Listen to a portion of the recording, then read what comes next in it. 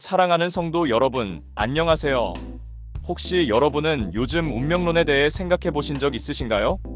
최근 몇 년간 많은 사랑을 받았던 미야베 미유키의 추리소설 모방범이나 마이클 샌델 교수의 정의란 무엇인가와 같은 책들을 보면 우리는 종종 우리 삶이 과연 우연의 연속인지 아니면 어떤 거대한 계획 속에 놓여 있는 것인지에 대한 질문을 던지게 됩니다. 내 삶은 그저 흘러가는 대로 사는 건가? 이 모든 것이 다 우연일 뿐인가? 하는 질문들 말이죠. 때로는 무작위적인 일들 속에서 의미를 찾으려 애쓰기도 합니다. 그런데 오늘 우리가 함께 나눌 에베소서 1장 말씀은 이런 질문에 대한 놀랍고도 확실한 답을 줍니다. 여러분의 삶은 결코 우연이 아니라는 것입니다.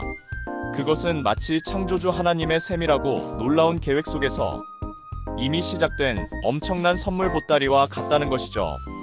바울 사도가 이 편지를 쓰던 당시 에베소는 로마 제국의 중요한 항구 도시이자 아데미 여신 숭배의 중심지였습니다. 사람들은 수많은 신들을 섬기고 미신에 빠져 살았으며 로마 황제 숭배는 삶의 일부였습니다. 이런 다원적이고 우상 숭배가 만연한 도시에서 바울은 에베소 교인들에게 흔들리지 않는 신앙의 기초를 세워주고 싶었습니다. 그들에게 가장 먼저 알려주고 싶었던 것은 그들의 존재 자체가 하나님의 주권적인 은혜와 계획 속에 있음을 깨닫게 하는 것이었습니다. 오늘 본문 에베소서 1장 3절은 이렇게 시작합니다. 찬송하리로다 하나님 곧 우리 주 예수 그리스도의 아버지께서 그리스도 안에서 하늘에 속한 모든 신령한 복을 우리에게 주시되. 이 말씀은 마치 거대한 선물을 풀어 헤치기 전에 터져나오는 감탄사와 같습니다. 찬송하리로다. 여기서 복이라는 단어에 주목해야 합니다.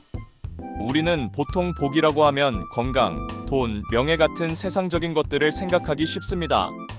하지만 여기서 바울이 말하는 복은 헬라어로 율로게토스입니다. 우리말로 읽으면 율로게토스라고 할 수 있습니다. 이 단어는 찬양받으실 분, 축복받으실 분이라는 뜻으로 복을 주시는 분, 즉 하나님 자신께 대한 찬양을 의미합니다.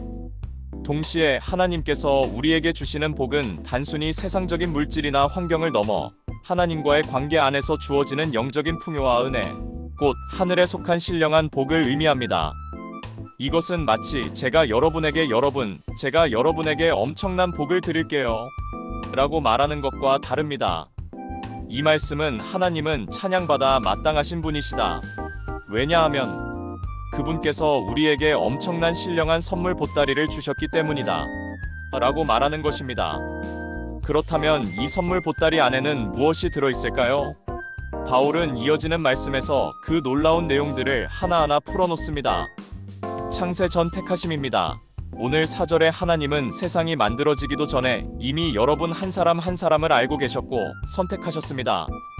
마치 엄마 아빠가 아기가 태어나기 전부터 아기의 이름을 생각하고 예쁜 옷을 준비하듯이 말이죠. 우리의 존재 자체가 우연이 아니라 하나님의 깊고 놀라운 사랑과 계획 속에 있다는 것입니다. 내가 누구인지, 내 삶의 목적이 무엇인지 혼란스러울 때 나는 창세전에 택함받은 하나님의 존귀한 자녀임을 기억하며 흔들림 없는 정체성을 가질 수 있습니다.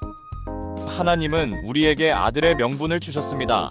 5절에 보면 우리는 예수 그리스도를 통해 하나님의 자녀가 되었음을 알려주고 있습니다. 이제 우리는 더 이상 고아처럼 방황하는 존재가 아니라 당당히 하나님을 아빠, 아버지라고 부를 수 있는 특권을 가진 존재가 된 것입니다. 마치 입양된 아이가 새로운 부모님에게서 따뜻한 사랑과 보호를 받는 것처럼 말입니다. 세상에서 나를 평가하고 좌절시킬 때 나는 하나님 아버지의 완전한 사랑을 받는 아들딸임을 기억하며 담대하게 살아갈 수 있습니다. 우리는 예수님의 피로 구속하심을 받았습니다. 7절을 보면 우리는 죄의 종이었습니다. 하지만 예수님께서 십자가에서 흘리신 피로 우리의 죄값을 다 치르시고 우리를 자유롭게 해주셨습니다. 이것은 엄청난 대가를 지불하고 노예를 해방시키는 것과 같습니다.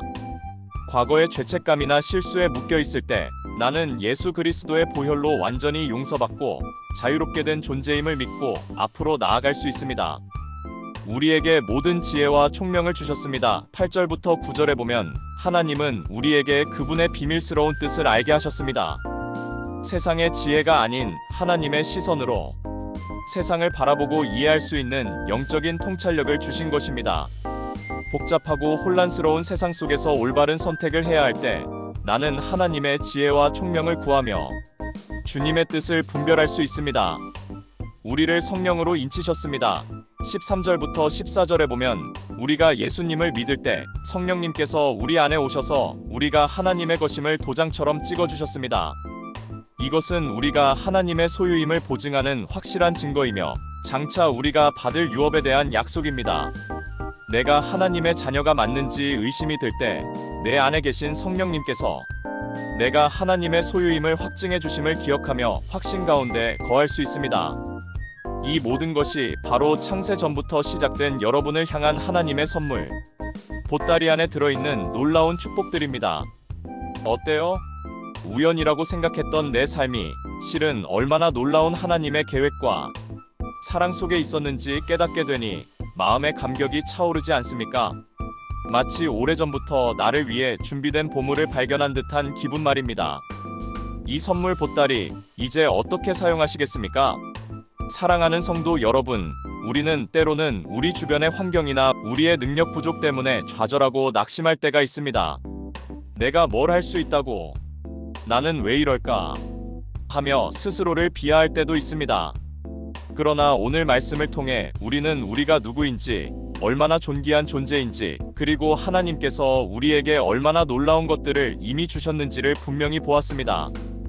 우리의 정체성은 세상의 기준으로 결정되는 것이 아닙니다. 우리의 가치는 우리가 이룬 성과에 달린 것이 아닙니다. 우리의 가치는 하나님께서 창세 전부터 우리를 택하시고 아들의 명분을 주시고 피로 구속하시고 지혜와 총명을 주시며 성령으로 인치셨다는 놀라운 사실에 달려 있습니다. 이 모든 것이 바로 여러분을 향한 하나님의 선물 보따리입니다. 이제 중요한 것은 이 선물 보따리를 어떻게 사용하느냐입니다. 혹시 아직도 이 귀한 선물들을 풀어보지 않고 잊고 지내는 분은 없으십니까? 오늘 이 시간 하나님께서 이미 우리에게 주신 이 모든 신령한 복들을 믿음으로 받고 누리기로 결단합시다. 그리고 이 복들을 세상에 나누는 통로가 되기로 결단합시다. 우리가 이 축복을 깊이 깨달을 때 우리의 삶은 감사와 찬양으로 가득 차게 될 것이고 어떤 어려움 속에서도 흔들리지 않는 굳건한 믿음으로 나아갈 수 있을 것입니다. 창세 전부터 시작된 당신을 향한 하나님의 선물 보따리, 이제 활짝 열고 기쁨으로 누리십시오. 아멘.